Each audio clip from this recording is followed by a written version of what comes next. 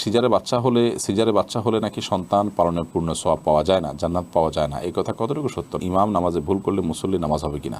পাপকে ঘৃণা করো, পাপীকে নয়, ইসলামের দৃষ্টিতে এটা কতটুকু সঠিক? বাবার জমির পরিমাণ থেকে মেয়েরা যদি ইচ্ছাকৃতভাবে ভাগ না নেয় তাহলে তার ভাইদের কি গুনাহ হবে?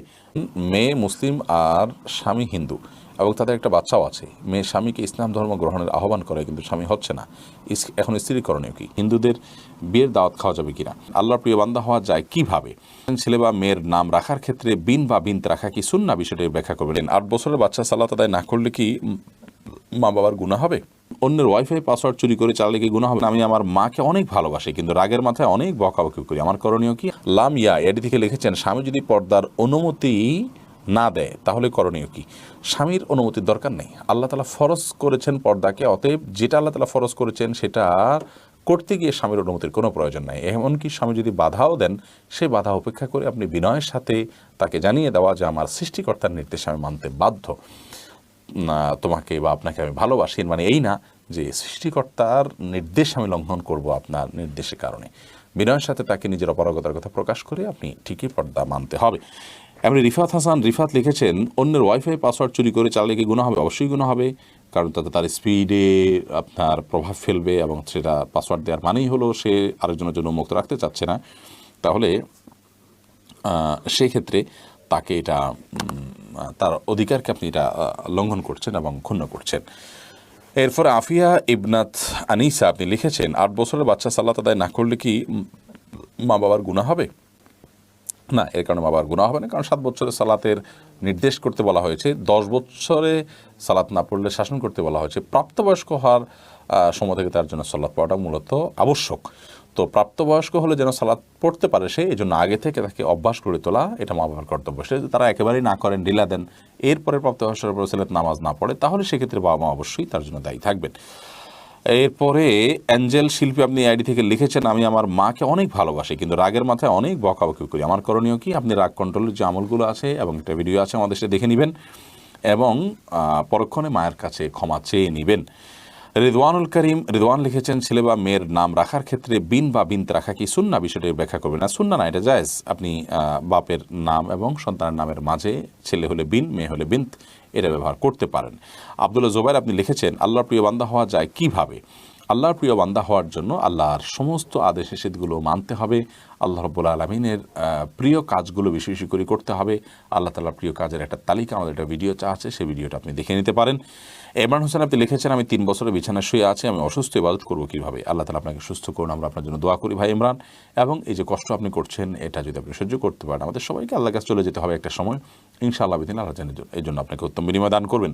আপনি যে অবস্থা আছেন সেই অবস্থা, বিশেষ করে নামাজের কথা আমরা বলবো যে শুয়ে পারলে শুয়ে, বসে পারলে বসে, আর যদি আপনি অঙ্গ প্রত্যঙ্গ নাড়াবার কোনো ক্ষমতা না থাকে তাহলে ইশারায় আপনি নামাজ পড়বেন, এমন আমরা নামাজ পড়বেন এবং পবিত্রতা আপনাকে কেউ একজন করাই দিবেন, অথবা যদি সেরকম কোনো সুযোগ না থাকে তাহলে তায়াম্মুম মাটি রেখে নিজে তায়াম্মুম করে নেবেন নিজের জায়গায় বসে।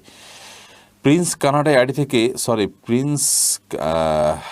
কান্ডেলা আইডি থেকে আপনি লিখেছেন, বাবার জমির পরিমাণ থেকে মেয়েরা যদি ইচ্ছাকৃতভাবে ভাগ না নেয় তাহলে তার ভাইদের কি গুনাহ হবে? মেয়েরা যদি ইচ্ছাকৃতভাবে না নেয়, তাদের থাকার কারণে তারা ভাইদের জন্য ছাড় দিয়ে দিছে, সন্তুষ্ট চিত্তে সম্পূর্ণ, কোনো পরিবেশের দ্বারা প্রভাবিত হয়ে না, তাহলে সেক্ষেত্রে সেটা জায়েজ আছে, কোনো অসুবিধা নেই, ভাইদের গুনাহ হবে না। মোহাম্মদ আনিক হোসেন লিখেছেন, ইমাম নামাজে ভুল করলে মুসল্লি নামাজ হবে কিনা? ভুল যদি এরকম হয় যার ফলে নামাজ নষ্ট হয়ে যাবে, তাহলে মুসল্লির নামাজ নষ্ট হয়ে যাবে। ভুল যদি এমন হয় রিকভার করার মতো, তাহলে মুসল্লিও ইমাম সাহেবের সাথে সেদে সহদিয়ে রিকভার করবেন। আর যদি ভুলটা মানে ওই লেভেলের না হয়, যা সুন্নতের এদিক সেদিক হয়, তাহলে সেক্ষেত্রে নামাজ তো হয়ে যাবে, কোনো অসুবিধা নেই। আর আফসান আহমেদ শুভ আপনি লিখেছেন, পাপকে ঘৃণা করো, পাপীকে নয়, ইসলামের দৃষ্টিতে এটা কতটুকু সঠিক? না, এটা কোনো ইসলামের কথা নয়। পাপী সে পাপ করে, সেজন্য তার প্রতি ঘৃণা থাকতে হবে। এরপরে প্রিন্স ক্যান্ডেলা আপনি আপনার আরেকটা প্রশ্ন দেখতে পাচ্ছেন, নিজের ফেসবুক প্রোফাইল যদি নিজের নাম প্রকাশ না করে অন্য কারোর নামে খোলা হয় তাহলে গুনাহ হবে কিনা? এটা ছদ্মনাম হতে পারে, ভালো কোনো ছদ্মনাম, কিন্তু আপনি প্রতারণামূলক যাতে অন্য কেউ ধরতে না পারে বা ভিন্ন, যেমন পুরুষরা মেয়েদের, মেয়েরা পুরুষদের নামে অনেক সময় আইডি খোলে বিভিন্ন অসৎ উদ্দেশ্যে, সেটা যদি হয় তাহলে গুনাহ হবে। সুলতান লিখেছেন, আমি আল্লাহকে কেমনে সন্তুষ্ট করব? আমার তো ইসলামের অনেক বিষয় সম্পর্কে জানি না। যেটুকু জানেন সেটুকু আমল করবেন, যেটুকু জানেন না সেটুকু জানার চেষ্টা করবেন। আল্লাহ রাব্বুল আলামিনের জিকির অর্থাৎ আল্লাহ স্মরণটা সবসময় সব কিছুতে রাখবেন, ইনশাআল্লাহ আল্লাহ প্রিয় পাত্র হতে পারবেন এবং সন্তুষ্ট হবেন আল্লাহ তাআলা। মাইনুদ্দিন MAPS AID থেকে আপনি লিখেছেন, হিন্দুদের বিয়ের দাওয়াত খাওয়া যাবে কিনা? বিয়েতে সাধারণত পুজো হয়, সেজন্য ওই পুজোর অনুষ্ঠানে যাবেন না। বাকি বিয়েকে কেন্দ্র করে কোনো খাবার অনুষ্ঠান হচ্ছে নিছক, সেখানে আপনি হালাল খাবার পরিবেশন করলে খেতে পারেন। আশিক মোল্লা আপনি লিখেছেন, একজন আমাকে অন্যায়ভাবে শারীরিকভাবে আঘাত করলে সেক্ষেত্রে আমার করণীয় কি? আমি কি তাকে আঘাত করতে পারবো? পারলে কতটুকু আঘাত করতে পারবো? ওয়াজাজা ও সাইয়াতেন সাইয়াতুন বিমিসলিহা, আল্লাহ তাআলা বলেছেন, কেউ মন্দ কিছু করলে তার অনুরূপ মন্দ আপনি দিয়ে তাকে জবাব দিতে পারেন, এটার সুযোগ আছে। কিন্তু যদি আপনি সেটা মাফ করে দেন, আল্লাহ তাআলা বলেছেন আন তাফু আকরাবু লিত্তাকওয়া, যদি ক্ষমা করে দেন সেটা তাকওয়ার খুব কাছাকাছি। কারণ আপনি যদি তাকে পাল্টা আঘাত করতে যান, সে আঘাতের মাত্রা যদি বেশি হয়ে যায় তাহলে কিন্তু জুলুম হয়ে যাবে। এই জন্য হয় আপনি ওই সমান সমান বা তার চেয়ে কম আঘাত তাকে করবেন, আর না হয় মাফ করে দিবেন, কিন্তু অতিরিক্ত হয়ে গেলে সেটা জুলুম হবে। তো এই জন্য নিরাপদ হলো ক্ষমা করে দেওয়া। MD সোহাইল আপনি লিখেছেন, আমি ভারত থেকে বলছি, আমাদের মসজিদের বাম পাশে দুটি কবর আছে, এখন মসজিদে নতুন করে বানানোর জন্য দুটি কবরের প্রায় অর্ধেক অংশ মসজিদের ভেতরে পড়েছে এবং কবরের উপর ছাদ দিয়ে মসজিদ উঁচু করা হয়েছে, এখানে সালাত হবে কি?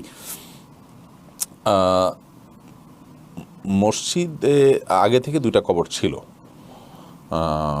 নতুন করে বানানোর জন্য দুইটা কবরের প্রায় অর্ধেক অংশ মসজিদের কবর থাকলে সে কবর জায়গাটা বাদ দিয়ে, অর্থাৎ ওয়াল দিয়ে ওইটার সাথে সেপারেশন করে করবে, সেখানে ছাদ কেন দিবে এবং মসজিদের মধ্যে কেন ঢুকাবে? সেটা উচিত নয়।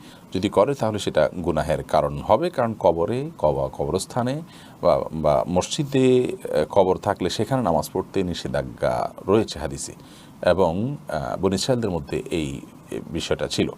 অতএব যদি মসজিদে এক্সটেনশন করতে হয়, কবর পড়ে গেছে সাইডে, তাহলে সেক্ষেত্রে সেই অংশটাকে আপনার এমনভাবে আপনার করে নিবে, বেড়া দিয়ে নিবে যে সেটা যে আলাদা কবর দুটি ছিল আলাদা, সেটা যেন বোঝা যায়, যেন মসজিদের মধ্যে না ঢুকে। প্রয়োজন অন্যভাবে এক্সটেনশন করবে, কিংবা যদি বাধ্য হয় তাহলে সে কবর অনেক পুরাতন হলে সেই কবরের ধ্বংসাবশেষ অন্য জায়গায় দাফন করবে। তারপরেও মসজিদের ভিতরে কবর ঢুকানো জায়েজ নাই। পপি ইসলাম আপনি লিখেছেন, সিজারে বাচ্চা হলে নাকি সন্তান পালনের পূর্ণ সওয়াব পাওয়া যায় না, জান্নাত পাওয়া যায় না, এই কথা কতটুকু সত্য? না, এরকম কোনো কথা হাদিসে বলা হয় না যে সিজার হলে হবে না, অন্যটা হলে হবে, এরকম কোনো পার্থক্য হাদিসে করেনি, আমরা কিভাবে সেটা করব? পুষ্পনুর আপনি লিখেছেন, মেয়ে মুসলিম আর স্বামী হিন্দু এবং তাদের একটা বাচ্চাও আছে, মেয়ে স্বামীকে ইসলাম ধর্ম গ্রহণের আহ্বান করে কিন্তু স্বামী হচ্ছে না, এখন স্ত্রী করণীয় কি? প্রথমত বিয়ে বৈধ হয়নি, কারণ কোনো মুসলমানের জন্য কোনো মুশরিকের সাথে বিবাহ বন্ধনে আবদ্ধ হওয়া জায়েজ নয়। যদি স্বামী কোনোভাবে মানতে রাজি না হন, তাহলে তিনি আল্লাহর জন্য তাকে ত্যাগ করে বিচ্ছিন্ন হয়ে যাওয়াটা তার আবশ্যক।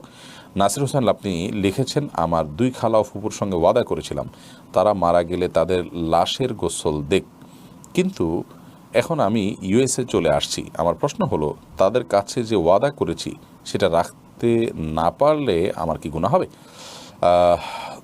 দেখুন, আপনি তাদের সাথে ওয়াদা করেছেন আপনার সাধ্য অনুযায়ী আপনি তাদের খেদমত করবেন, সেবা করবেন এবং গোসল করাবেন, কিন্তু আপনি যদি সেটা করতে না পারেন তাহলে সেক্ষেত্রে আপনার সাধ্যের বাইরে হয়ে গেছে, সেজন্য করতে পারলেন না। ইনশাআল্লাহ আশা করা যায় এর জন্য আপনি আল্লাহর কাছে গুনাহগার হবেন না। তবে যথাসম্ভব ওয়াদা পূরণের জন্য চেষ্টা করতে হবে। আপনি ওয়াদা করার সময় বলা দরকার ছিল যে আমি যদি থাকি বা আমি যেখানে থাকি সেখানে যদি আপনি থাকেন তাহলে আমি করবো ইনশাআল্লাহ বিদিনিল্লাহ।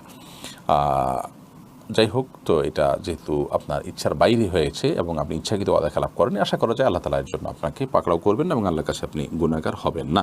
তবে ওয়াদা রক্ষা করা এটা ইমানদারের অত্যন্ত গুরুত্বপূর্ণ একটি গুণ, যেটি আমাদের মধ্যে থাকতে হবে।